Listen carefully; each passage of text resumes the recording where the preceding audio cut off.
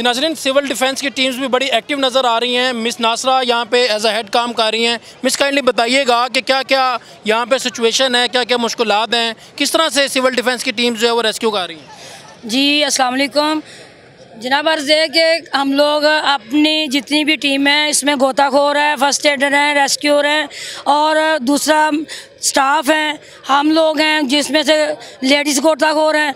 अपना काम हम लोग अपने पूरी ही ईमानदारी और ज़िम्मेदारी के साथ कर रहे हैं।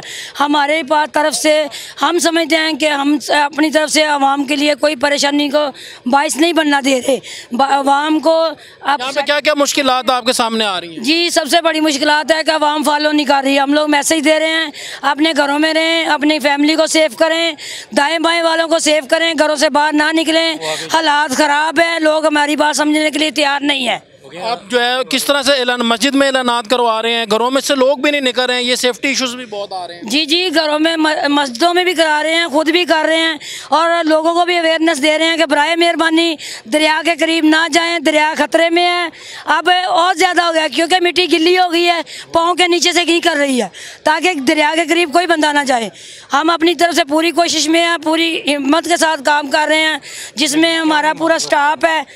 कोशिश कर रहे हैं कि कोई बंदा हमारी तरफ से मिसबिहेव ना हो। बिल्कुल सही।